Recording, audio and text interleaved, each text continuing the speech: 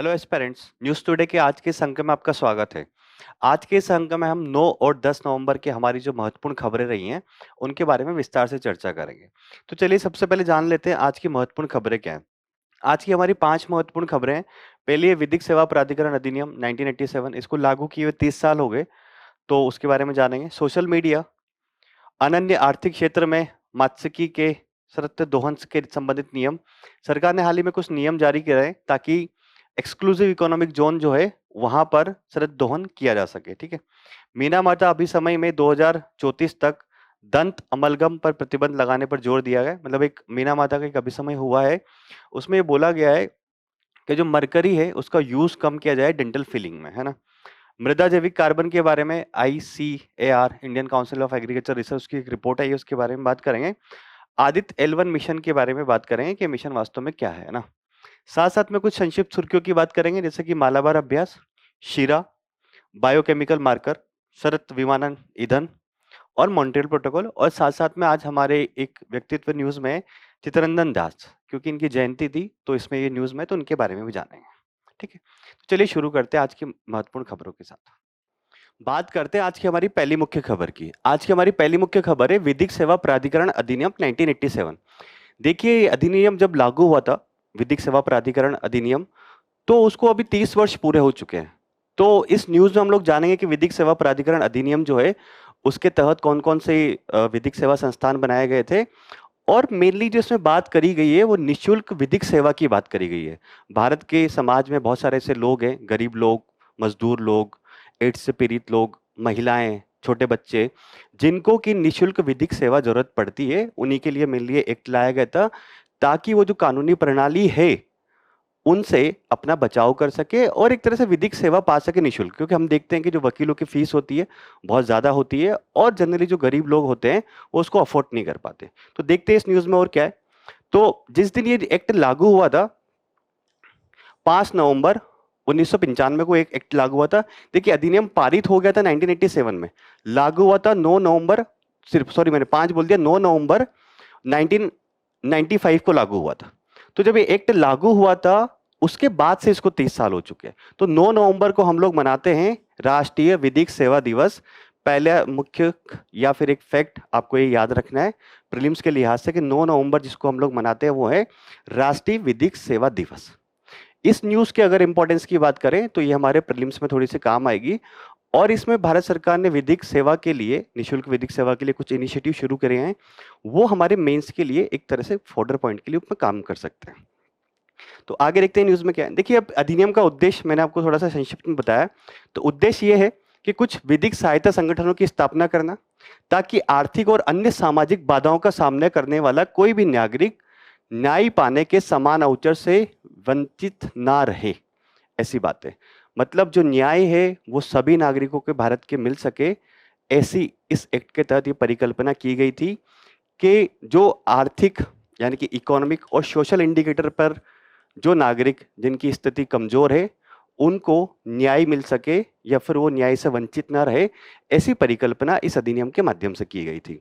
तो संस्थागत व्यवस्था इसमें क्या क्या खड़ी करी गई थी। देखिए, पहला था राष्ट्रीय स्तर पर बनाया गया राष्ट्रीय विधिक सेवा प्राधिकरण, नालसा जिसको बोलते हैं। तो नालसा जो है, इसके जो मुख्य न्यायाधीश है भारत के CJI, chief justice of India, वो क्या होते हैं, इसके मुख्य संरक्षक होते हैं। अगेन ये प्रीलिम्स का फैक्ट है, इसको थोड़ा सा ध्यान रखना होगा हमें कि इसका मुख्य संरक्षक कौन है, भारत के मुख्य न्यायाधीश, चीफ जस्टिस ऑफ इंडिया।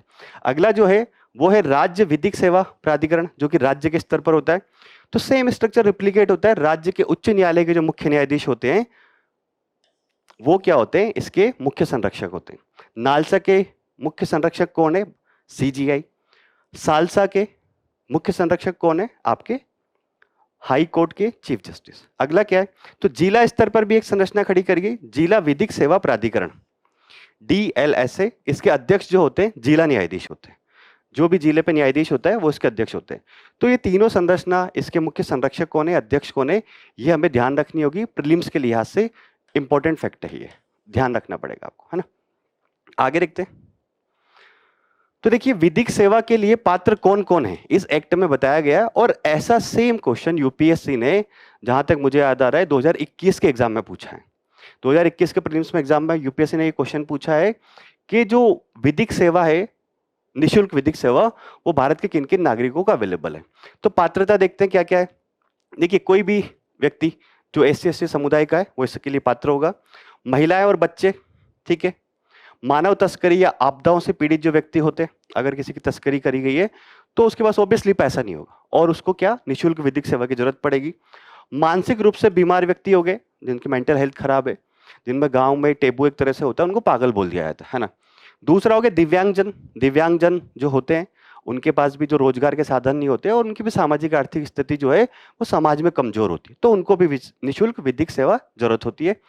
औद्योगिक श्रमिक, एक तरह से जो असंगठित क्षेत्र में जो लोग काम कर रहे हैं उनके लिए। हिरासत में लिया गया व्यक्ति, उसको भी विधिक सेवा की जरूरत पड़ेगी निशुल्क। आय के आधार पर भी होगा, यही सेम पॉइंट यूपीएससी ने प्रीलिम्स में बनाया था।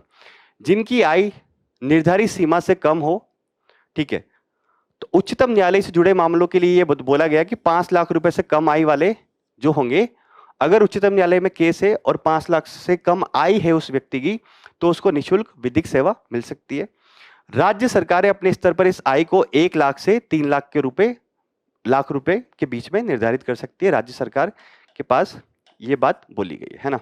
यानी कि हाई कोर्ट के स्तर पर बात करें तो 1 लाख से 3 लाख रुपए के बीच में निर्धारित किया जा सकता है और उच्चतम न्यायालय में जो होगा वो 5 लाख रुपए होगा, ठीक है।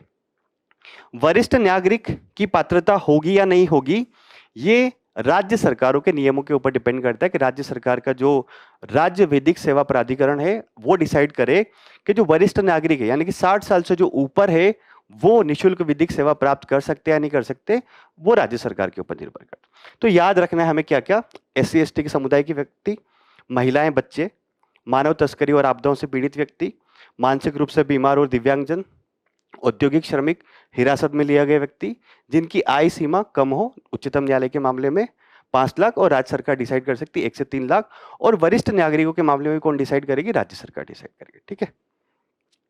आगे देखते हैं। अब इसी एक्ट के माध्यम से एक निधि बनाई गई, विधिक सहायता निधि, यानी कि एक फंड बनाया गया इस अधिनियम के माध्यम से, ताकि जो निशुल्क जो वकील लड़ रहे उनको कुछ तो हर्जाना देना पड़ेगा, कुछ तो पैसा देना पड़ेगा, तो इसके माध्यम से यह है कि जो वकील है उनकी फीस इस निधि के माध्यम से दी जाएगी। तो राष्ट्रीय स्तर पर, राज्य स्तर पर और जिला स्तर पर विधिक सहायता निधियों की स्थापना का प्रावधान इसमें किया गया एक्ट में, है ना। अगला है, ये एक महत्वपूर्ण बात है, भारत में जो लोक अदालत है उसको विधिक मान्यता कहां से प्राप्त होती है, विधिक सेवा प्राधिकरण अधिनियम जो है 1987 का, उसके तहत प्राप्त होती है।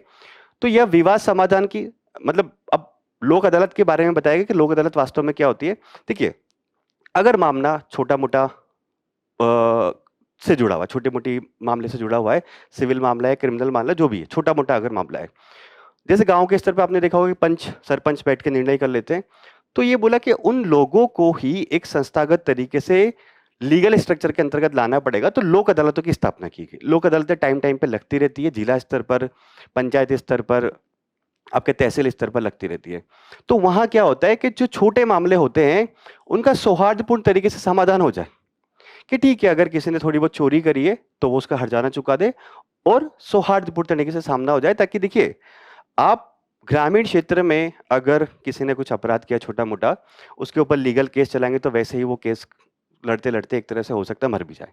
तो ये बोला कि सौहार्दपूर्ण तरीके से जो छोटे मोटे मामले होते हैं उनका समाधान किया जा सके। और ये किया गया कि अगर लोक अदालत में कोई मामला उसका समाधान हो गया तो फिर यहां पे अपील नहीं की जा सकती। ये बात आप ध्यान रखिएगा, क्योंकि लोक अदालत में कोई भी मामला जो आता है वो दोनों पक्षों की सहमति से आता है, और सहमति से अगर कोई समझौता हो गया तो फिर क्या होगा, वो आगे अपील नहीं कर सकता, ठीक है। और क्या है इसमें, मतलब यही बोला गया कि लोक अदालतें जो है मुकदमा दायर होने से पहले, प्री लिटिगेशन से पहले ही मामलों का निपटारा कर देती है। और लोक अदालतों में कौन कौन से मामले आ सकते हैं, देखिए, क्रिमिनल केसेस भी आ सकते हैं, क्राइम वाले केस, एंड आपके सिविल मामले, यानी कि सिविल और फौजदारी दोनों मामले आपके लोक अदालतों में आ सकते हैं। ये भी एक फैक्ट है जिसको आप थोड़ा सा ध्यान रखिएगा, ठीक है। निधि बनाएंगे, कुछ लोगों को निशुल्क आपको क्या देनी है, विधिक सेवा देनी है। साथ साथ में राष्ट्रीय स्तर पर राष्ट्रीय विधिक सेवा प्राधिकरण बनाया गया, राज्य स्तर पर बनाया गया और जिला स्तर पर बनाया गया। फंड भी बनाया गया कुछ कुछ, एंड साथ साथ में इसी एक्ट के माध्यम से लोक अदालतों की स्थापना की गई। थोड़ा सा आपको ध्यान रखना है इसको ना। अब भारत में और क्या पहले चल रही है कि भारत में विधिक सहायता प्रदान करने के लिए और भी कुछ पहले चल रही होंगी। तो देखिए, एक है legal and defence council scheme, है ना।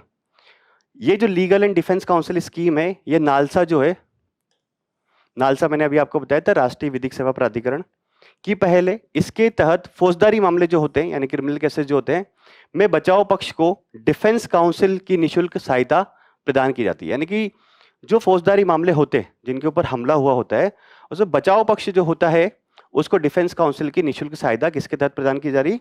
Legal and defence council scheme NALSA के द्वारा चलाई जा रही है, उसके द्वारा। अगला क्या है? दिशा करके एक योजना चल रही है। दिशा से आशय क्या है? पूरा फुल फॉर्म इसका दिया हुआ है। न्याय तक समग्र पहुंच के लिए अभिनव समाधान तैयार करना, यानी कि designing innovative solutions for holistic access to justice. तो दिशा जो योजना है, पहले तो थोड़ा सा इसका टर्म ही ध्यान रखिए, क्योंकि योजना है, याद नहीं आता एकदम से कि किसके लिए।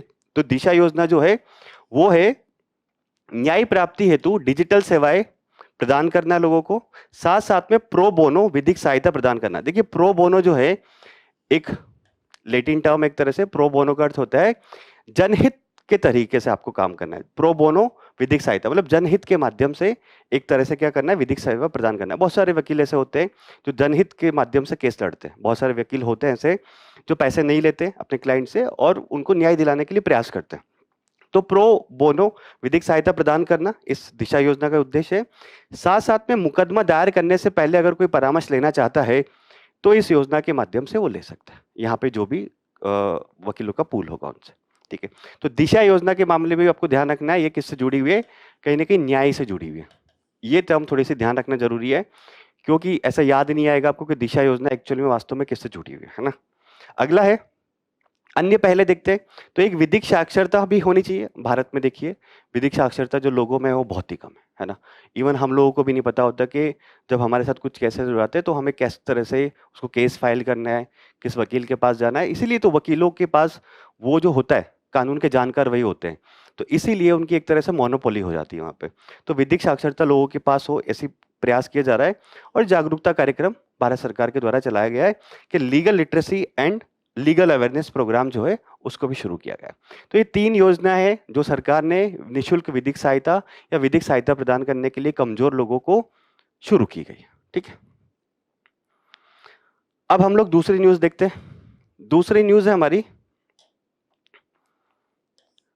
अनन्य आर्थिक क्षेत्र में मत्स्यिकी के शरत दोहन के नियम सरकार ने जारी किए। देखिए, हाल ही में केंद्र सरकार ने क्या किया, भारत का जो EEZ होता है, अनन्य एक्सक्लूसिव इकोनॉमिक जोन, जिसको हिंदी में बोलते हैं अनन्य आर्थिक क्षेत्र, वो जो जोन होता है वहां पर फिशिंग जो है वो किस प्रकार से सस्टेनेबल की जा सके, उसके लिए हाल ही में नियमों को अधिसूचित किया गया है कि इन नियमों को फॉलो किया जाए ताकि हमारे जो महत्वपूर्ण रिसोर्सेज है फिशरी के, उनका सस्टेनेबल दोहन किया जा सके। ऐसा नहीं हो कि अनसस्टेनेबल दोहन किया जा सके, अंधाधुंध दोहन कर हो और वो हमारे जो नियर फ्यूचर में वो जो खत्म हो जाए, या फिर जो हमारा अनन्य आर्थिक क्षेत्र में जो पारिस्थितिकी तंत्र है उसको फिशिंग के माध्यम से कहीं ना कहीं नुकसान पहुंचे। क्योंकि कहीं ना कहीं जो बड़ी आपकी जो नावें जाती हैं, ट्रोलिंग होती है या फिर जाल जो डालते हैं, उससे बहुत सारे फ्लोरा एंड फौना को भी नुकसान हो जाता है।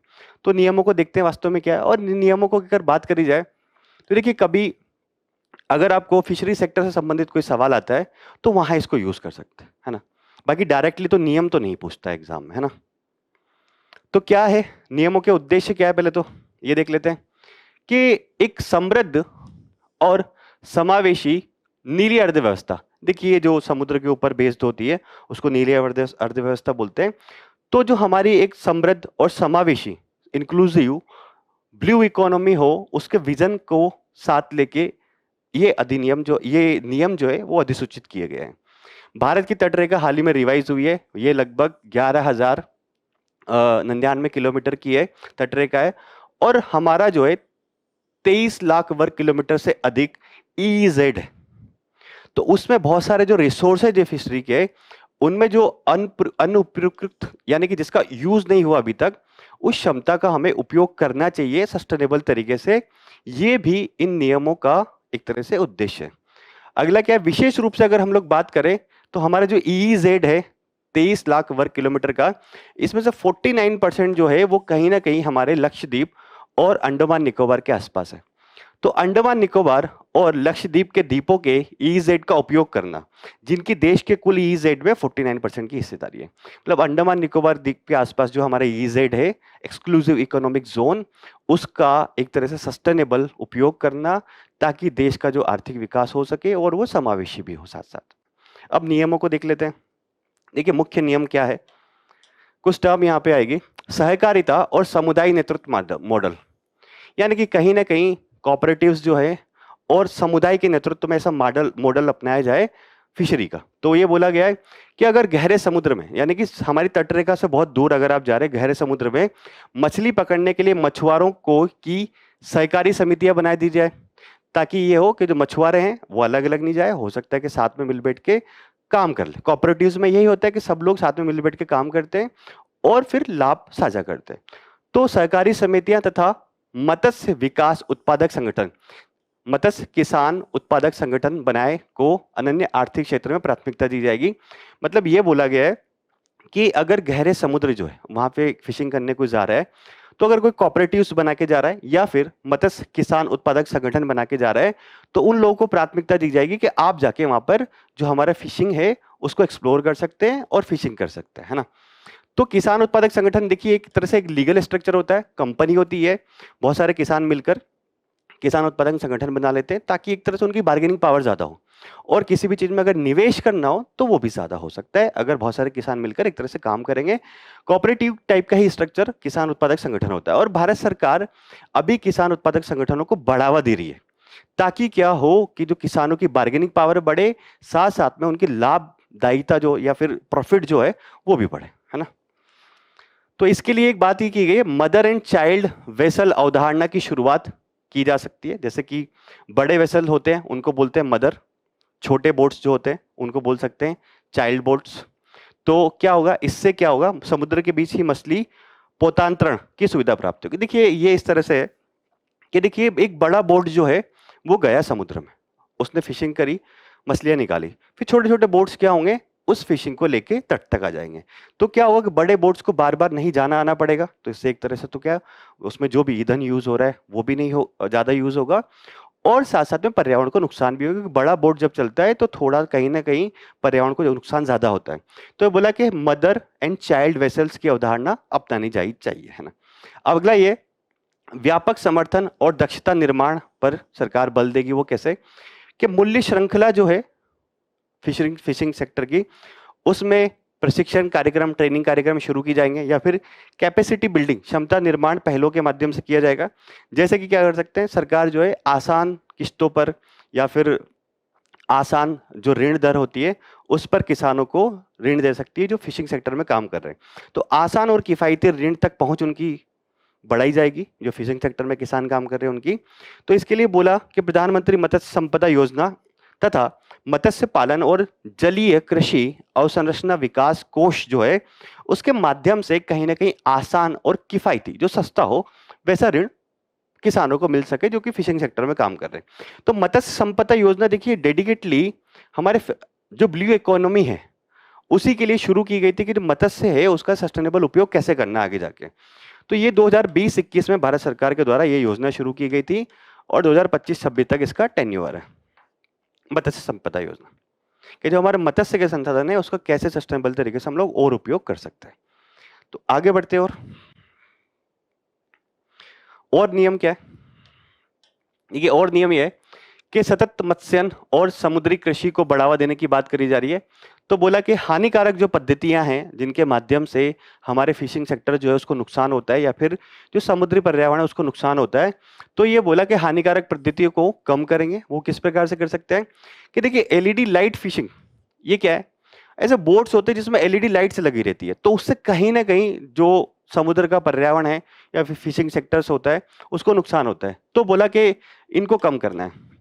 पेयर ट्रोलिंग, ये क्या होता है, देखिए पेयर ट्रोलिंग इस प्रकार का होता है कि जैसे दो बोट हो गई तो ये जाल बांध लेती है ऐसे और आगे चलती है, तो इससे क्या होगा, यहाँ मछलियां तो आ जाएंगी इसमें, पर कहीं ना कहीं अगर मछलियों का यहाँ पर कोई प्रजनन सेंटर है या फिर यहाँ पे और भी कोई पर्यावरण पारिस्थितिकी तंत्र है तो उसको भी नुकसान पहुंचता है। तो इसलिए बोला कि पेयर ट्रोलिंग को भी कम करना है, खत्म करना है। बुल ट्रोलिंग, उसको भी रोक लगाई जाएगी। बुल ट्रोलिंग क्या होती है? एक जहाज है बड़ा सा, उस पे पीछे इस तरह से जाल लगा रहता है, जैसे मछलियां इकट्ठी होती जाती है। तो ये बोला कि इससे भी कहीं ना कहीं हमारे पर्यावरण पारिस्थितिकी तंत्र और हमारा जो फिशिंग का प्रजनन केंद्र हो सकता है उसको नुकसान हो सकता है। तो LED light fishing, pair trolling and bull trolling जैसे हानिकारक पद्धतियां जो हैं, इनमें रोक लगाई जाएगी। अगला है मत्स्य भंडार जो है हमारा, उसको कहीं ना कहीं बहाल करना, उसमें और वृद्धि करना। वो कैसे? राज्य सरकारों के परामर्श से मत्स्य प्रबंधन योजनाएं बनाई जाएगी। जो हमारे तटीय राज्य है उनकी सहायता से ऐसी योजनाएं बनाई जाए ताकि जो मछलियां हैं वो और ग्रो हो और ज्यादा से ज्यादा मछलियां वहां पे हो, ताकि उसका बेहतर तरीके से और मतलब एक तरह से दोहन किया जा सके, वो भी सस्टेनेबल तरीके से, है ना। समुद्री कृषि पद्धतियां हैं, उनको भी बढ़ावा देने की बात करिए। देखिए, फिशिंग तो चल ही रहा है, परंतु और भी समुद्री कृषि पद्धतियां हो सकती है जिनके माध्यम से जो किसान है तटीय क्षेत्र के वो कमा सकते हैं। तो बोला कि एक सी केज फार्मिंग होती है ना, उसको बढ़ावा दिया जाए। समुद्री शिवार कृषि या फिर सी वीड कल्टीवेशन जो है, ऐसे वैकल्पिक आजीविका के स्रोत जो है उनको भी बढ़ावा दिया। मतलब जो किसान है जो तटीय क्षेत्र में रहते हैं वो केवल फिशरी के ऊपर डिपेंडेंट नहीं रहे, वो अन्य वैकल्पिक आजीविका के स्रोत जो है उनको भी बढ़ावा दिया जाए। क्योंकि जो समुद्र होता है उसमें अनगिनत संसाधन होते हैं, आपको एक्सप्लोर करने की जरूरत है ना। और धीरे धीरे जैसे कि जैसे लोगों की आयु बढ़ रही है, कहीं ना कहीं धीरे धीरे जो सी फूड का चलन वो बढ़ता जा रहा है। विदेशों में तो आप देखेंगे सी फूड बहुत ज्यादा मात्रा में खाने जाने लगा है ना। और नियम क्या है? अन्य नियम तो ये बोला कि नियमों के अंतर्गत मशीनीकृत और बड़े आकार के मोटर चालित जहाजों के लिए, जो मशीनीकृत है यानी कि किसी न किसी इंजन के माध्यम से चल रहे, और जो बड़े आकार के जहाजों के लिए एक्सेस पास, मतलब उनको अगर वो समुद्र, गहरे समुद्र में फिशिंग करने जा रहे हैं तो उनके लिए एक्सेस पास होना बहुत जरूरी है। तो इसके लिए बोला कि एक पोर्टल डेवलप कर लेते हैं। री एल क्राफ्ट एक पोर्टल बनाया गया है, उसके माध्यम से क्या होगा, उनको एक्सेस पास देंगे और एक्सेस पास जो निशुल्क होगा। बस सरकार को पता होना चाहिए कि जो मशीनीकृत और बड़े ट्रोलर जो है वो जा रहे हैं फिशिंग करने के लिए, अनधिकृत तरीके से ना जाए बस ना। तो इसके लिए एक्सेस पास की बात की गई है। तो ये फिर ये बोला कि एक्सेस पास से किसको छूट होगी? तो बोला कि छोटे पैमाने पे जो मछुआरे होंगे उनको नहीं, उनको एक्सेस पास लेने की जरूरत नहीं होगी, क्योंकि वो छोटे छोटे बोट्स लेके जा रहे हैं। और मछली पकड़ने के लिए अगर कोई विदेशी जहाज है जो कि भारत के ईजेड में संचालन के लिए एक्सेस पास प्राप्त करने का प्रयास करता है तो उसको अनुमति नहीं होगी। दो लोगों को अनुमति नहीं होगी, छोटे जो हमारे किसान है, मछली वाले मछुआरे, उनको नहीं अनुमति होगी, एक्सेस पास नहीं लेना होगा उनको। साथ साथ में अगर कोई विदेशी जो ट्रोलर है भारत के ईजेड के अंदर आके मछली पालन करना चाह रहा है या मछली पकड़ना चाह रहा है तो उसको अनुमति नहीं दी जाएगी, ऐसा एक्सेस पास नहीं दिया जाएगा। अगला क्या है? भारतीय ईजेड से उत्पन्न होने वाले मत्स्य संसाधनों को भारतीय मूल यानी कि इंडियन ओरिजिन के रूप में मान्यता दी जाएगी आदि। ये बोला कि ईजेड से भी जो मछली पालन होगा भारत का, या फिर मछली का जो दोहन होगा या मछली पकड़ेंगे वहां के किसान, तो उनको ये बोला कि उनको इंडियन ओरिजिन की एक तरह से मत्स्य संसाधन बोला जाएगा अगर ईजेड से भी पकड़ते हैं तो, ठीक है। तो इंडियन ओरिजिन का होगा, तो जैसे ये टैगलाइन होती है सबकी, है ना। तो ये सारे के सारे हमने नियम डिस्कस किए। अब इन नियमों से जैसे सवाल बन सकता है कि भारत सरकार मत्स्य सेक्टर के सस्टेनेबल दोहन के लिए क्या कर रही है, तो कहीं ना कहीं ये पॉइंट्स कुछ उसमें ऐड कर सकते हैं हम लोग ना। अब ईजेड की संकल्पना क्या होती है ये थोड़ा सा देख लीजिए। देखिए, इस अवधारणा को 1982 के संयुक्त राष्ट्र समुद्री कानून अभिसमय यूएन क्लोज जो है उसके माध्यम से ईजेड की संकल्पना आई थी। और महासागर का ऐसा क्षेत्र है जो किसी देश के तट से 200 समुद्री मील दूर होता है। जैसे भारत का जो तट है इससे 200 समुद्री मील दूर जो है ये भारत का पूरा ईजेड होगा, ठीक है। किसी देश को अपने ईजेड में प्राकृतिक संसाधन का अन्वेषण करना है यानी कि रिसर्च कुछ करना है या फिर दोहन करने का अनन्य अधिकार होता है। मतलब अनन्य मतलब एक्सक्लूसिवली उसी देश का है ना। तो भारत का जो ईजेड है 200 नॉटिकल मील तक उसमें भारत को यहाँ पर अगर कोई प्राकृतिक संसाधन है उसका अन्वेषण करना है यहाँ पे या फिर कोई दोहन करना है प्राकृतिक संसाधनों का तो भारत कर सकता है। और इसीलिए हमने ये योजना, ये अधिनियम, ये नियम भी अधिसूचित करे हैं, ठीक है। अब ये पूरा बताया हुआ है डायग्राम के माध्यम से कि जैसे ये कोस्ट हो गया तो कहीं ना कहीं 12 मील तक तो प्रादेशिक सागर होता है ना। उसके बाद 24 मील जो है वो सन्निहित हित क्षेत्र के रूप में माना जाता है, और जो कहीं ना कहीं पूरा 200 मील, इसमें लिखा नहीं है क्या, ठीक है, तो उसको क्या बोलते हैं, अनन्य आर्थिक क्षेत्र बोलते हैं। और अनन्य आर्थिक क्षेत्र में कहीं ना कहीं क्या होता है, आपके जो उस देश का अनन्य अधिकार होता है वहां के प्राकृतिक संसाधन को अन्वेषण करना या फिर दोहन करने के लिए। जैसे समुद्र जैसे धीरे धीरे गहरा होते जाता है, उसमें प्राकृतिक संसाधन बढ़ते जाते हैं, ठीक है, तट के पास आपको कम मिलेंगे, फिर धीरे धीरे बढ़ते जाएंगे ऐसे। अगेन ये पुराना सा है, प्रीलिम्स के लिए न्यूज इंपॉर्टेंट है, मेंस में तो इतना खास आता नहीं है। मीना माता अभी समय में 2034 तक दंत अमलगम पर प्रतिबंध लगाने पर सहमति। देखिए हाल ही में मीना माता अभी समय हुआ है, तो उसमें बोला गया कि 2034 तक डेंटल अमलगम, मतलब दांत की जो केविटी फिल करने के लिए जो डाला जाता है ना पदार्थ, उसमें कहीं ना कहीं पारा का उपयोग होता है, मरकरी का उपयोग होता है। तो ये बोल रहा है कि कहीं ना कहीं उस पर धीरे धीरे रोक लगाना, क्योंकि उससे कहीं ना कहीं नुकसान होता है मानव शरीर को। तो ये हुआ कि पारे पर मीना माता अभी समय के सभी पक्षकारों ने, छठा सम्मेलन हुआ COP6 में जेनेवा में हुआ है, निर्णय लिया है कि पारे से होने वाला जो प्रदूषण है उसको कम करना है। साथ ही साथ में त्वचा को निखारने के लिए जो ब्यूटी क्रीम्स आती है उसमें भी बहुत जगह मरकरी यूज होता है।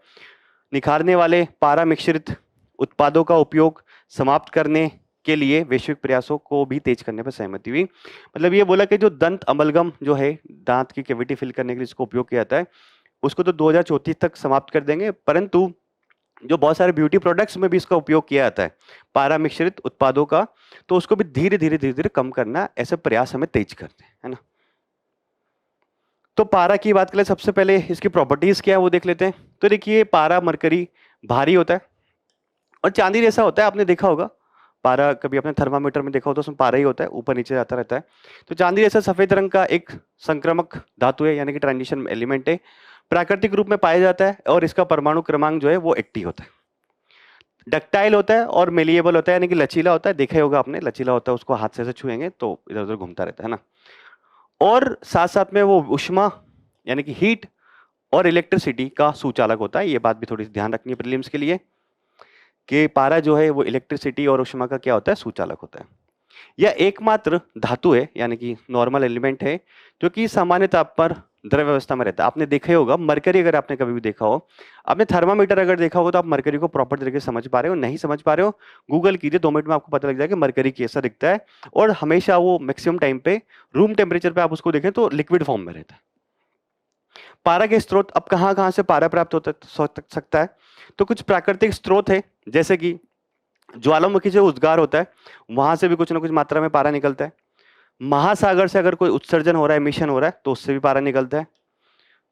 मानव जनित स्रोत की अगर बात करें तो खनन अगर हम लोग कर रहे हैं, विशेषकर अगर सोने की खानों से खनन कर रहे हैं, तो वहां पर आपको पारा मिल सकता है।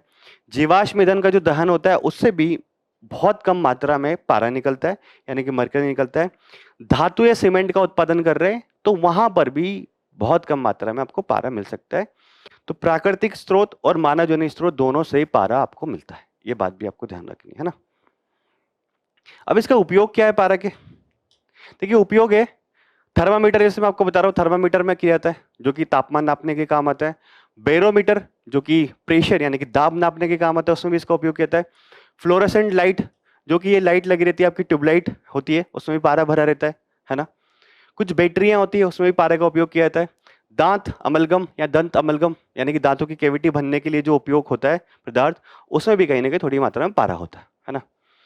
अब ये खराब कैसे, क्यों खराब होता है, देखिए जब वायुमंडल में पारा उत्सर्जित होता है तो अंततः पानी में या फिर जमीन पर संचित हो जाता है, या तो पानी में वो मिल जाएगा या जमीन में संचित हो जाएगा। तो एक बार संचित होने के बाद कुछ सूक्ष्म जीव जो होते हैं एनवायरनमेंट में अवेलेबल, पारे को किस में कन्वर्ट कर देते हैं, मिथाइल मरकरी में इसको कन्वर्ट कर देते हैं। अब जो मिथाइल मरकरी है ये बहुत ज्यादा विषाक्त होता है। मिथाइल मरकरी यह मछलियों को नुकसान पहुंचाता है, शंख जो होते हैं घोंगे उसको नुकसान पहुंचाता है, और मछलियां जो है खाने के लिए उसमें कहीं ना कहीं संचित हो जाता है, क्योंकि पानी में अगर ये संचित हो रहा है, वहां पे मिथाइल मरकरी बन रहा है, तो फिर कहीं ना कहीं मछलियों के माध्यम से आप मछलियां खाएंगे, मछलियों में ये जाएगा तो कहीं ना कहीं आपके अंदर आएगा और आपके शरीर को नुकसान पहुंचाएगा। पारे बहुत कम मात्रा में भी संपर्क में अगर आता है तो हमारे नर्वस सिस्टम, तंत्रिका तंत्र को नुकसान हो सकता है। साथ साथ में किडनी आपकी खराब हो सकती है, स्किन आपकी खराब हो सकती है, आंखें, पाचन तंत्र, प्रतिरक्षक तंत्र, सब पे ये इम्पेक्ट कर सकता है अगर थोड़े से कम मात्रा में भी अगर आप इसके कांटेक्ट में आते हैं। तो आप लोग बच के रहिएगा थोड़े से पारे से ना। अब जो ये कन्वेंशन है, अभी समय है, इसके बारे में बात कर लेते हैं।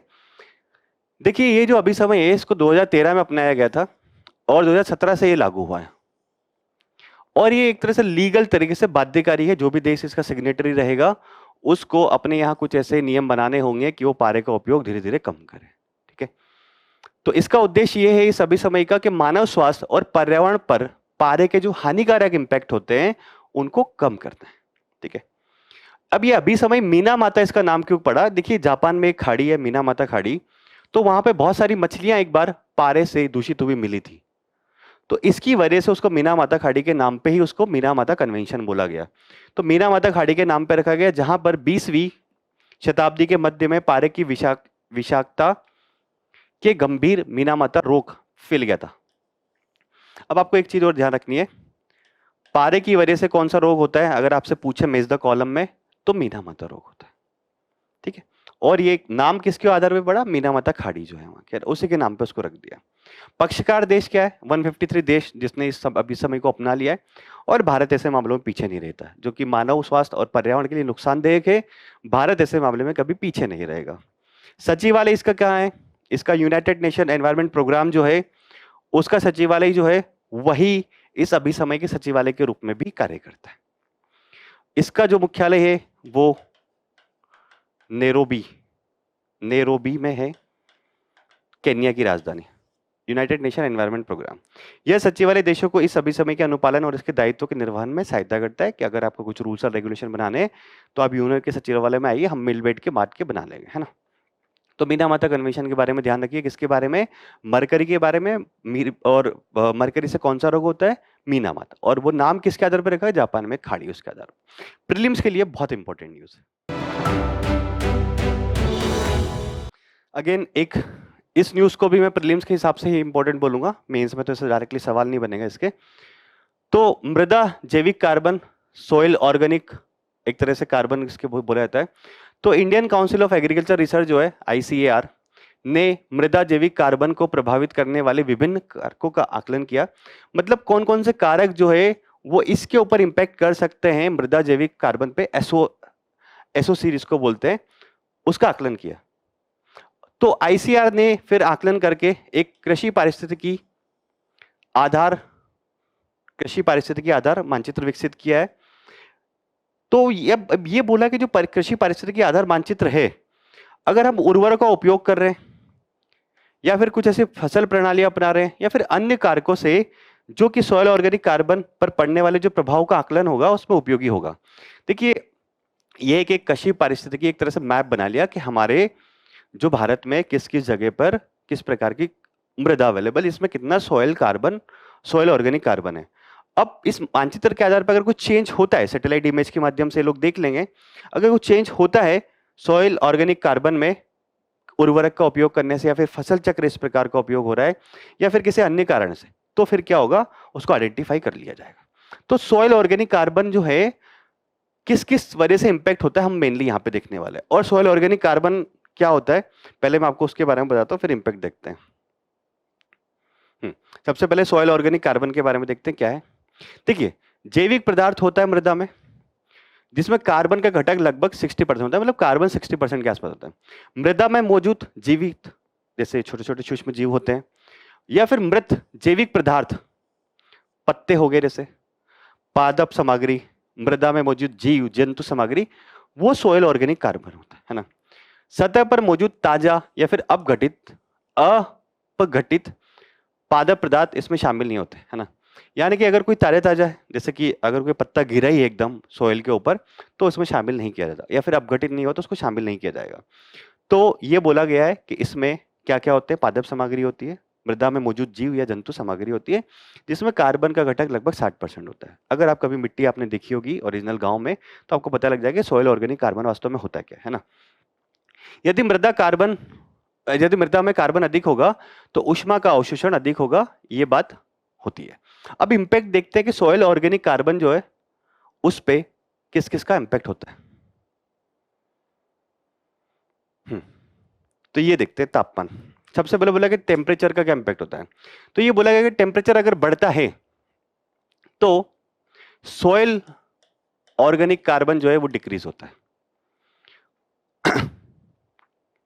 ये बोला गया है। तो टेम्परेचर से क्या होगा, वो जो पदार्थ है वो कहीं ना कहीं अपघटित होता जाएगा।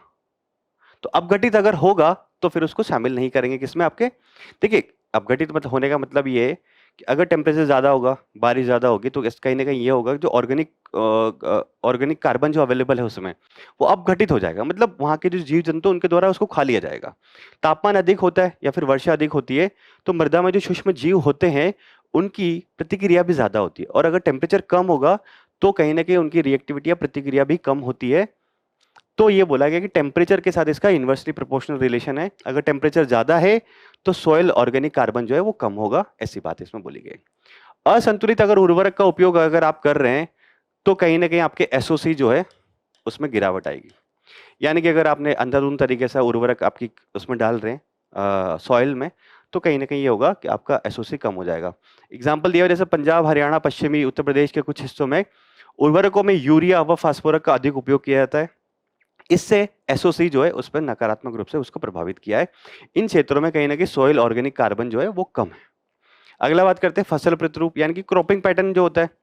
क्रॉपिंग पैटर्न जनरली ये होता है कि आप चावल उगा रहे हैं, वहाँ पे दाल उगा रहे हैं या फिर गेहूं उगा रहे हैं। जनरली ऐसा होता है कि किसान किसी एरिया में गेहूं गेहूं उगा रहे हैं, चावल चावल उगा रहे हैं। तो क्रॉपिंग पैटर्न में अगर आप बदलाव नहीं करते तो मृदा में जो कार्बनिक पदार्थ है वो धीरे धीरे खत्म होने लग जाते हैं।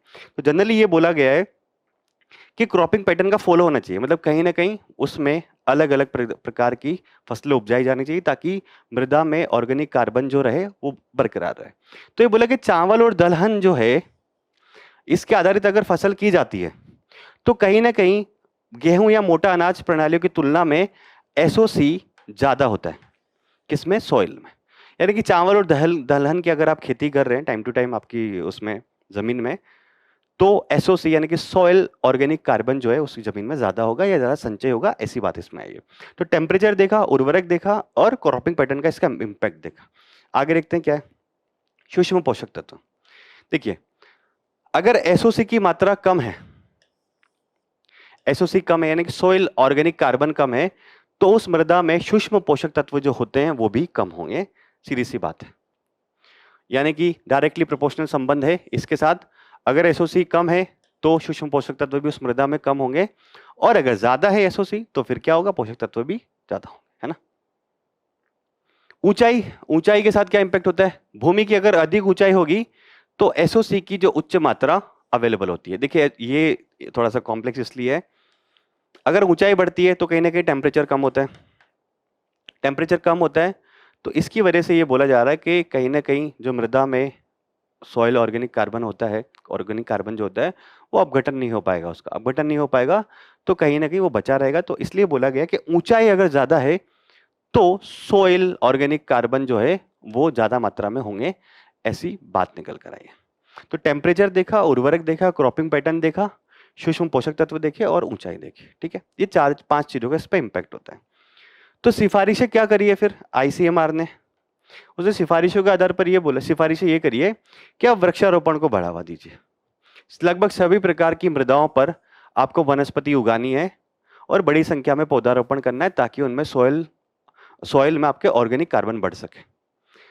कार्बन क्रेडिट को सुगम बनाना यानी कि क्या है, उन किसानों को प्रोत्साहन देना है जो मृदा में अधिक कार्बन डाइऑक्साइड को प्राप्त कर एसओसी में बदलने में सक्षम है। मतलब सीधी सी बात यह है कि उन किसानों को प्रोत्साहन देना है जो कि एसओसी जो है सॉइल ऑर्गेनिक कार्बन उसको अपनी जो भूमि है उसमें रखने में सक्षम होते हैं या फिर बनाए रखने में सक्षम होते हैं, ऐसे किसानों को प्रोत्साहन देना है। कार्बन सिक्विस्ट्रेशन या फिर कार्बन प्रच्छादन ये है कि कार्बन की बहुत कम मात्रा वाली मृदा जो है, जहाँ पे मतलब ऐसी मात्रा इसमें ऑर्गेनिक कार्बन बहुत कम हो चुका है, तो सरकारों को फसल प्रतिरूप में बदलाव लाकर कार्बन प्रच्छादन को बढ़ावा देना चाहिए। इसका अर्थ ये है, देखिए कार्बन प्रच्छादन क्या होता है, ये बहुत बार हमने देखा है कि जो वातावरण में कार्बन है उसको हटाकर ठोस अवस्था या फिर द्रव्य के रूप में संग्रहित किया जाता है।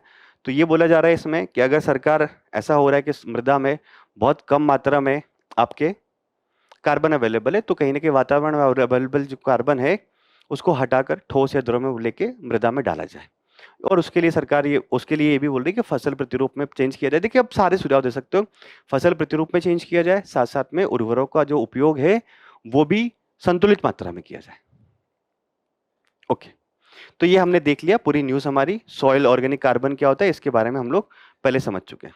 अब एक न्यूज है, ये न्यूज थोड़ी कम इंपॉर्टेंट है क्योंकि आदित्य L1 मिशन जो है 2023 में जा चुका है। इसमें मेन जो न्यूज है वो आदित्य L1 मिशन के बारे में है। हाल ही में इसमें थोड़ा सा डेवलपमेंट हुआ है, वो देख लेते क्या है।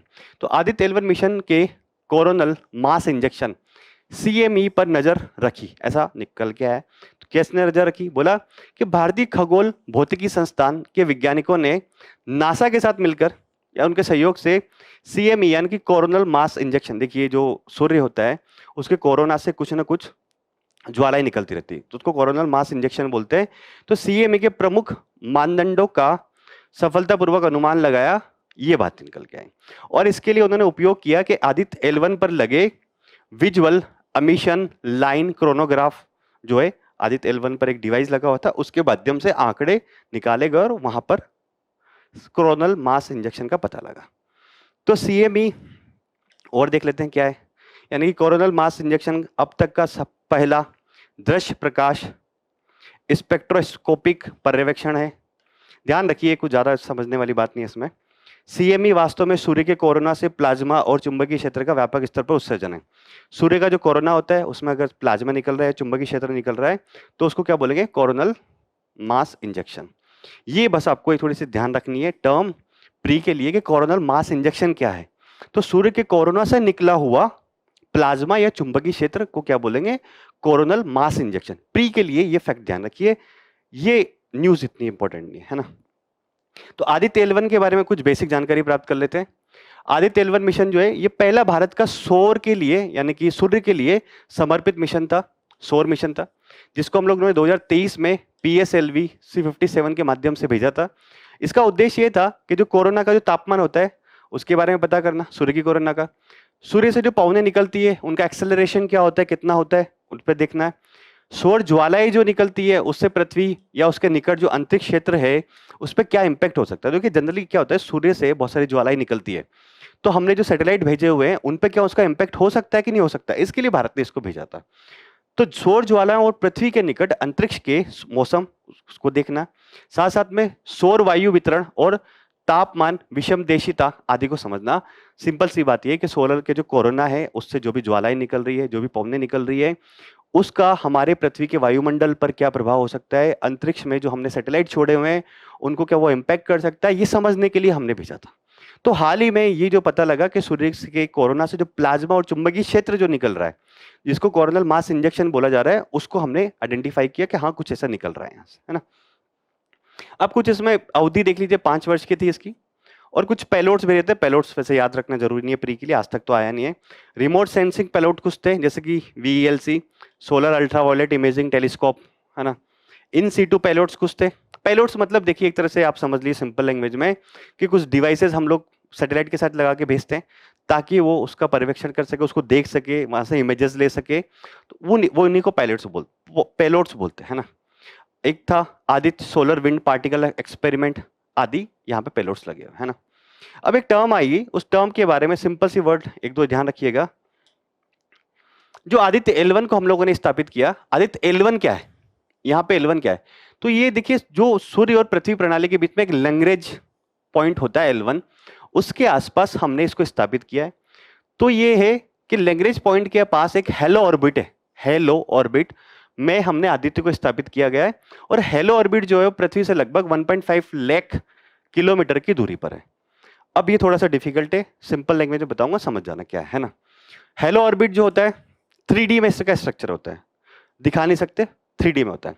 तो एक पीरियोडिक 3 आयामी कक्षा है जिसमें सूर्य भी होता है, पृथ्वी होती है, सूर्य तो वहां ही पृथ्वी होती है, साथ साथ में आपने जो अंतरिक्ष यान भेजा, जैसे हमने आदित्य भेजा, ये 3 आयाम में होता है। जैसे हो सकता है कि पृथ्वी सूर्य ऐसे है और आपका जो ये आपका क्या बोलते हैं इसको, आदित्य L1 ऐसे है, 3 आयामी, है ना।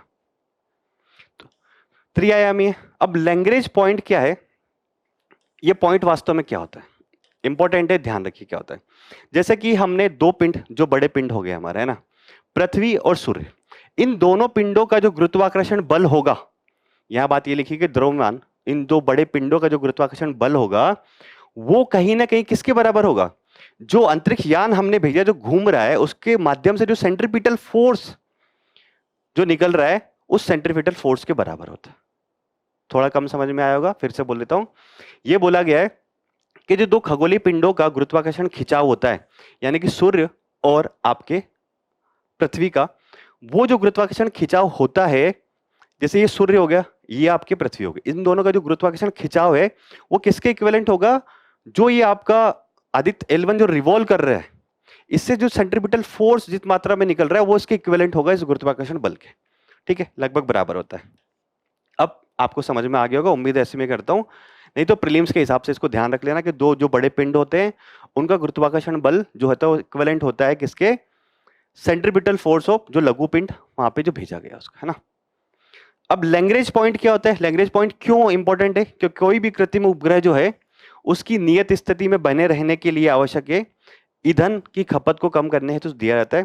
देखिए क्या है, लैग्रेंज पॉइंट पे अगर आप नहीं स्थापित करेंगे, अगर वो ये मास जो है और लैग्रेंज पॉइंट जो है क्या कर रहा है, बैलेंस कर रहा है, गुरुत्वाकर्षण बल और सेंट्रीपिटल फोर्स को बैलेंस कर रहा है। अगर वो बैलेंस नहीं हो पाएगा तो कहीं ना कहीं आपने जो कृत्रिम उपग्रह भेजा है उसमें ईंधन की खपत ज्यादा होगी, अगर वो उसको बैलेंस नहीं कर पाएगा। तो इसीलिए हमने आदित्य L1 को लैग्रेंज पॉइंट पे स्थापित किया कि ये स्टेबल रहे उस जगह पे जाके। ठीक है, लैग्रेंज पॉइंट ये एक डायग्राम भी है परंतु इसमें बहुत समझ में नहीं आएगा। ये अर्थ है, ये सन है, और हमने कहीं ना कहीं इसको यहां स्थापित किया आदित्य L1 को, है ना, ताकि जो ये सन अर्थ और ये जो तीन, ये जो आपको ऐसे दिख रहा होगा परंतु ये ऐसे, ये सन अर्थ हो गया और उसके नीचे इस साइड से, तो लैग्रेंज पॉइंट कहीं ना कहीं उसको बैलेंस करता है। इतना आप थोड़ा सा ध्यान रखिए। मैंने आपको जो बता दिया कि लैग्रेंज पॉइंट क्या होता है, दोनों बड़े पिंड, यानी कि बड़े पिंड कौन से हो गए, सन एवं अर्थ का जो गुरुत्वाकर्षण फोर्स है वो किसके इक्विवेलेंट होगा, जो सैटेलाइट भेजी गई उसके द्वारा जो सेंट्रीपिटल फोर्स जो निकल रहा है। क्योंकि देखिए कोई भी अगर सैटेलाइट या कोई भी वस्तु किसी सर्कुलर मोशन में होती है तो सेंट्रीपिटल फोर्स उस पर लगता है, उस सेंट्रीपिटल फोर्स के इक्विवेलेंट होता है, वो लैग्रेंज पॉइंट होता है। ठीक है, ओके। और तो और कुछ प्रमुख मिशन है क्या सूर्य के लिए, तो है कुछ। हिनोतोरी 1980 के दशक में जापान द्वारा हिनोतोरी एस्ट्रो ए मिशन प्रक्षेपित किया गया था। तो बस इतना ध्यान रखिए, हिनोतोरी किसके लिए है, सौर मिशन है। पार्कर सोलर प्रोब, इसका तो नाम ही वैसे ही है, सोलर के लिए तो सूर्य होगा, सूर्य के लिए होगा। 2018 में यूनाइटेड नेशंस के द्वारा, यूनाइटेड नेशन नहीं सॉरी, यूएसए के द्वारा प्रक्षेपित किया गया था।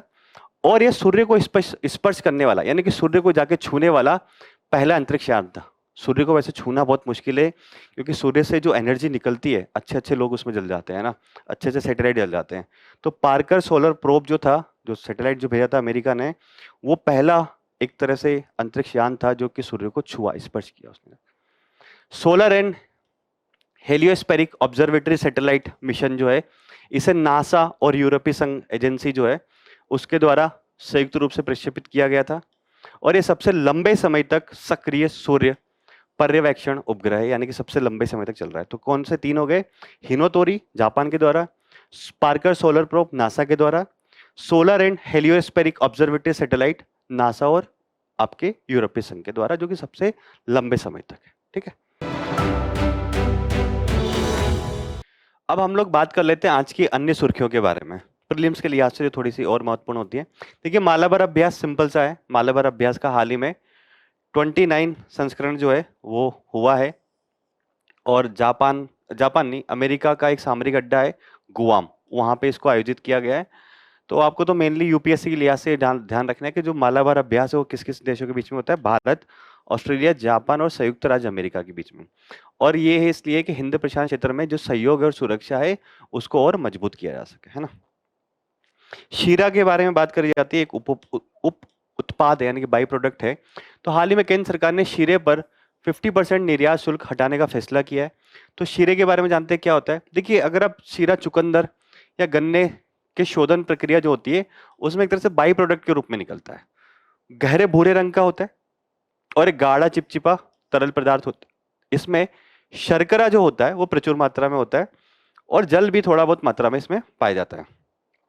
क्षेत्र के अनुसार इसके अलग अलग नाम है, अलग अलग क्षेत्रों में अलग अलग बोला जाता है, जैसे कि गुणहीन शहद, खराब शहद इत्यादि बोला जाता है, परंतु हम लोग तो टेक्निकल टर्म है शीरा, उसको ध्यान रखेंगे। शीरा में क्या क्या होता है, देखिए इस बाई प्रोडक्ट में कैल्शियम होता है, आयरन होता है, मैग्नीशियम होता है, पोटेशियम होता है, जैसे पोषक तत्व इसमें अवेलेबल होते हैं।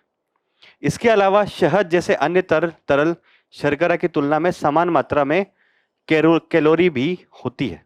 तो इसीलिए बाई प्रोडक्ट जो है काफी इंपॉर्टेंट है। केंद्र सरकार ने इसके एक्सपोर्ट पे पहले एक तरह से रोक लगा रखी थी, अब एक्सपोर्ट जो है वो हटा दिया, 50% शुल्क जो हटा दिया है। उपयोग क्या है, अगर कोई पेय पदार्थ है उसको बनाना है तो शीरा का उत्पादन शीरे से बनाया जा सकता है, इथेनॉल बनाई जा सकती है और उर्वरक के निर्माण में काम आता है।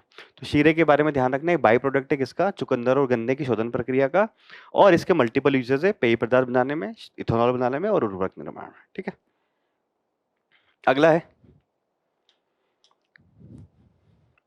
कार्यात्मक खाद्य पदार्थ और स्मार्ट प्रोटीन। देखिए हाल ही में अब जैसे जैसे प्रोटीन और न्यूट्रिशन फूड की बात करी जा रही है, आपने देखे होंगे अलग अलग उत्पाद आजकल आने लगे। तो वो यही है कि भारत में पोषण सुरक्षा सुनिश्चित करने के लिए, न्यूट्रिशन सुरक्षा सुनिश्चित करने के लिए सुर्खियों में कार्यात्मक खाद्य पदार्थों और स्मार्ट प्रोटीन का उल्लेख किया गया। तो कार्यात्मक खाद्य पदार्थ क्या, सबसे पहले ही जान लेते हैं।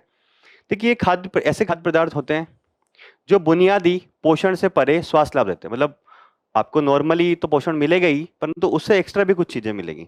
ये या तो लाभ या तो प्राकृतिक रूप से मिल सकता है, ऐसा कोई सब्सटेंस होता है कि इसमें प्राकृतिक रूप से आपको मिल सकता है, या फिर उनको क्रिएट किया जा सकता है। कुछ प्रोसेस होती है जैसे न्यूट्रीजिनोमिक्स एक प्रोसेस होती है जिसके माध्यम से कार्यात्मक खाद्य पदार्थ बनाया सकता है।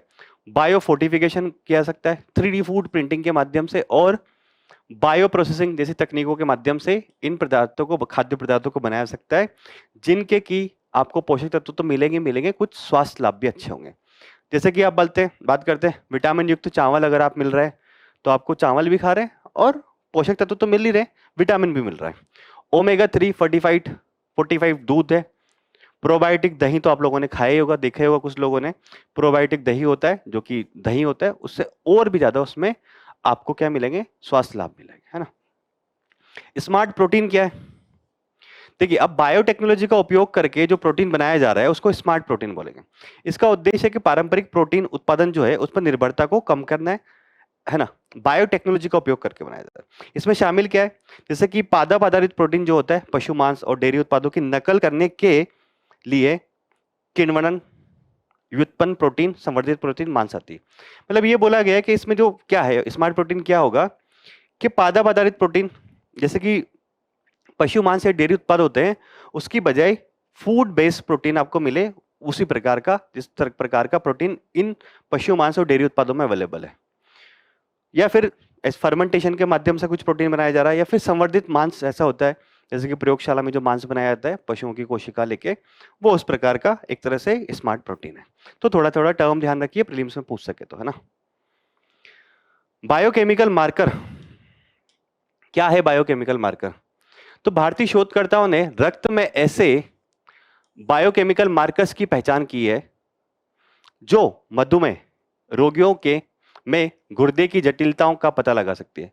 देखिए बायोकेमिकल मार्कर टर्म ध्यान रखनी, वो क्या है कि ऐसे सूक्ष्म अणु होते हैं जैसे शरीर में शर्करा हो सकती है, अमीनो अम्ल हो सकते हैं, लिपिड हो सकते हैं, ये शरीर में चयापचय प्रक्रिया के दौरान उत्पन्न होते हैं, है ना, एक तरह से, और चिकित्सकों द्वारा रोग के जोखिमों का पता लगाने का उपयोग किया। जैसे कि देखिए बायोकेमिकल मार्कर्स के बारे में सिंपल सी ऐसी बात ध्यान रखिए कि आपके शरीर में कुछ ऐसे सूक्ष्म अणु होते हैं जो कि अगर आपको कोई बीमारी हो रही है तो उससे वो अणु इंपैक्ट हो रहे हैं।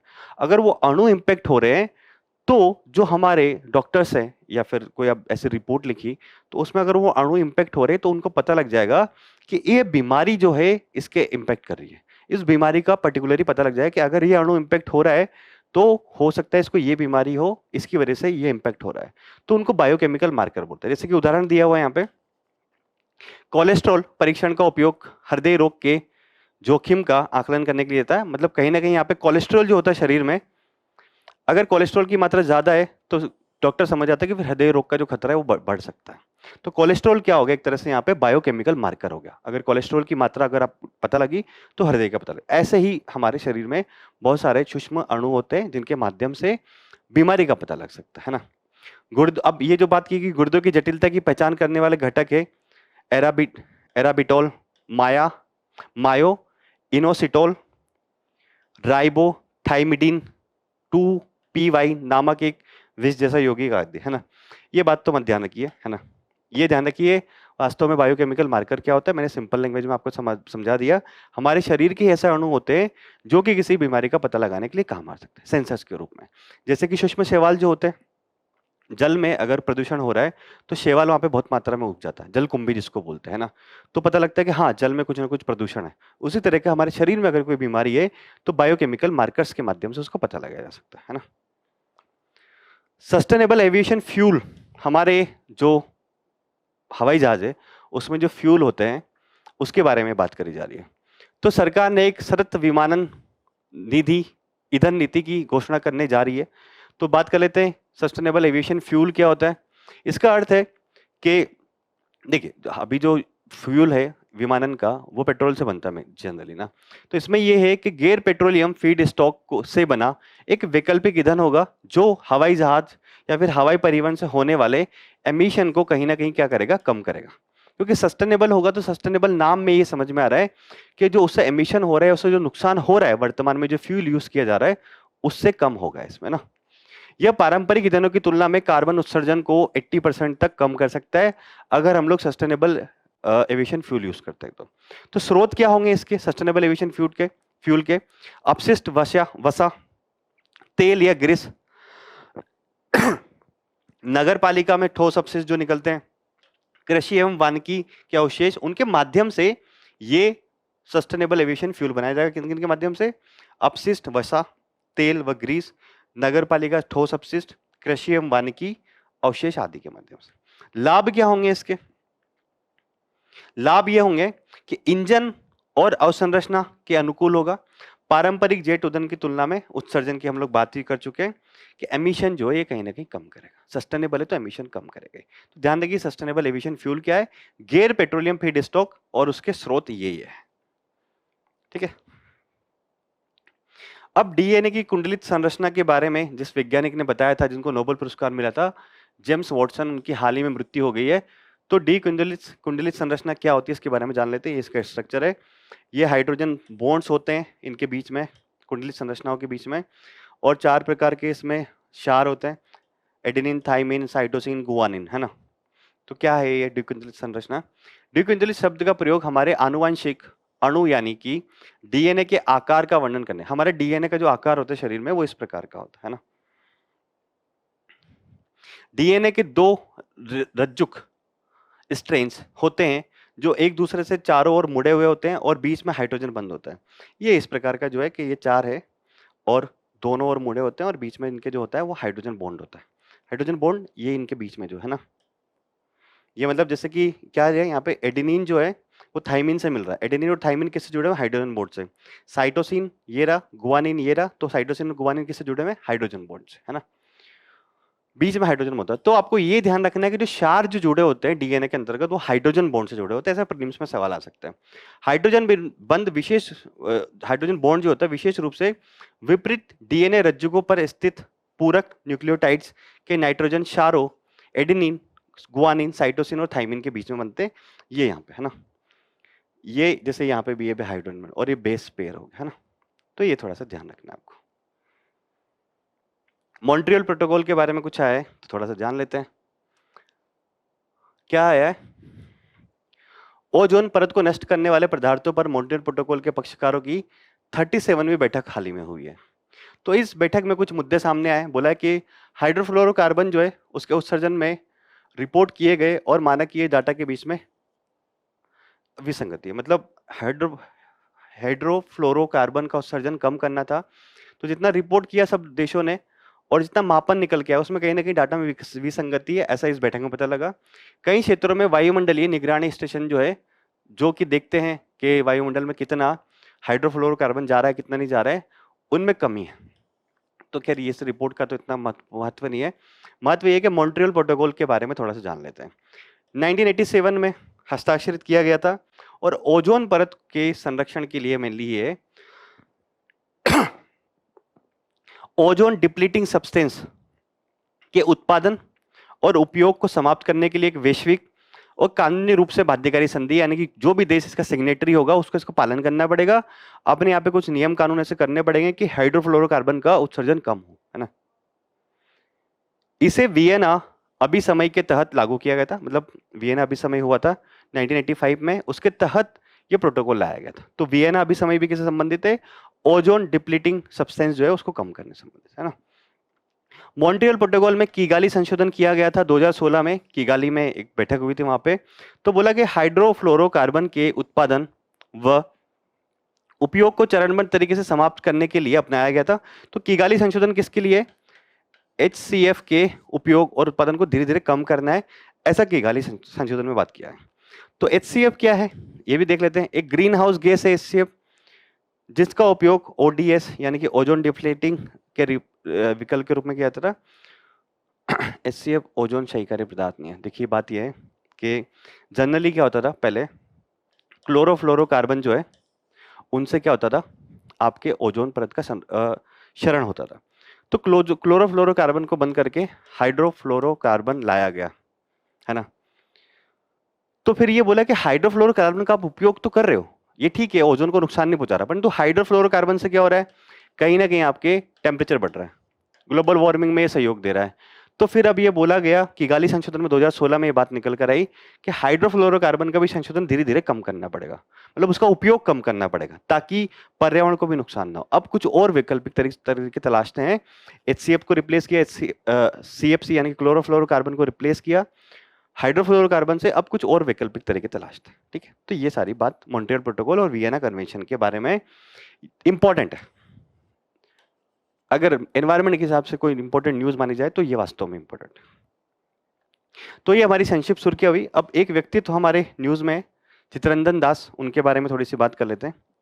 देखिए CR दास जो है, इनका जन्म जो हुआ था 1870 से 1925 तक ये जीवित रहे। लोकसभा अध्यक्ष ने हाल ही में स्वतंत्रता सेनानी देशबंधु चित्ररंजन दास की, उनकी जयंती थी, उन पर श्रद्धांजलि दी। उनके बारे में जान लेते हैं।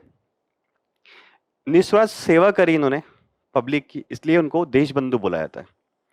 महत्वपूर्ण योगदान क्या है? अलीपुर बम कांड एक हुआ था 1908 में, उसमें जो लोग लड़े थे, अरविंदो घोष, लड़े क्या थे, मतलब एक तरह से जो उसमें पकड़े गए थे अरविंदो घोष, उनके वकील के रूप में इन्होंने काम किया था। इसके अलावा वे ढाका षड्यंत्र कांड के बचाव पक्ष के भी वकील थे, मतलब वकील के रूप में इन्होंने वहां पे काम किया। असहयोग आंदोलन जो है गांधी जी का, उसमें इन्होंने भाग लिया था। 1922 में जो गया अधिवेशन हुआ था बिहार में, वहां पर कहीं ना कहीं अध्यक्ष के रूप में भारतीय राष्ट्रीय कांग्रेस के इन्होंने काम किया है। आगे देखते हैं। ऐसे सवाल आता है जनरली, देखिए आजकल यूपीएससी में प्रीलिम्स थोड़ा ट्रिकी हो गया, इस प्रकार के सवाल आते हैं। CR दास के बारे में 4 स्टेटमेंट दे देगा और आपसे पूछ लेगा। 1923 में जब असहयोग आंदोलन वापस ले लिया गया, कांग्रेस के बीच में लड़ाई चल रही थी कि क्या किया जाए क्या नहीं किया जाए, तो इन्होंने मोतीलाल नेहरू और विठल भाई पटेल के साथ मिलकर स्वराज पार्टी का गठन के लिए, मतलब हम लोग चुनाव में पार्टिसिपेट करेंगे, परिवर्तनकारी जिनको बोला जा रहा था, ठीक है। 1921 में ढाका में राष्ट्रीय विश्वविद्यालय की स्थापना इन्होंने करी थी। 1924 में कोलकाता नगर निगम के प्रथम निर्वाचन महापौर अगर कोई थे तो CR दास थे, ठीक है। प्रमुख साहित्यिक कृतियों के बारे में बात करें तो फॉरवर्ड एक समाचार पत्र इन्होंने बनाया था, जिसका नाम बाद में लिबर्टी रख दिया गया था। सुभाष चंद्र बोस जो है इसके संपादक थे, है ना, सुभाष चंद्र बोस इसके संपादक थे, और समाचार पत्र जो है इनके द्वारा शुरू किया गया था। पुस्तकें जो है India for Indians, freedom through disobedience, इनकी पुस्तकें हैं। नाम याद रखना है, मैं इसमें ज़्यादा कुछ नहीं कर सकता, आपको रटना पड़ेगा थोड़ा, है ना। 2 पुस्तकें, India for India, freedom to disobedience, है ना। इनसे क्या मूल्य सीख सकते हैं? देशभक्ति, नेतृत्व इत्यादि मूल्य सीख सकते हैं, जो कि आप लिख सकते हैं किसमें, आपके जो होता है आपके इथिक्स का पेपर उसमें, ठीक है। ओके, तो आज की हमारी जितनी भी महत्वपूर्ण न्यूज़ थी वो सारी हमने कवर करी बहुत डिटेल में। उम्मीद है ये सेशन आपकी एग्जाम की तैयारी के लिए लाभदायक होगा, और ऐसे ही अन्य सेशन देखने के लिए जुड़े रहिए विजन IAS के साथ। Thank you so much and all the best.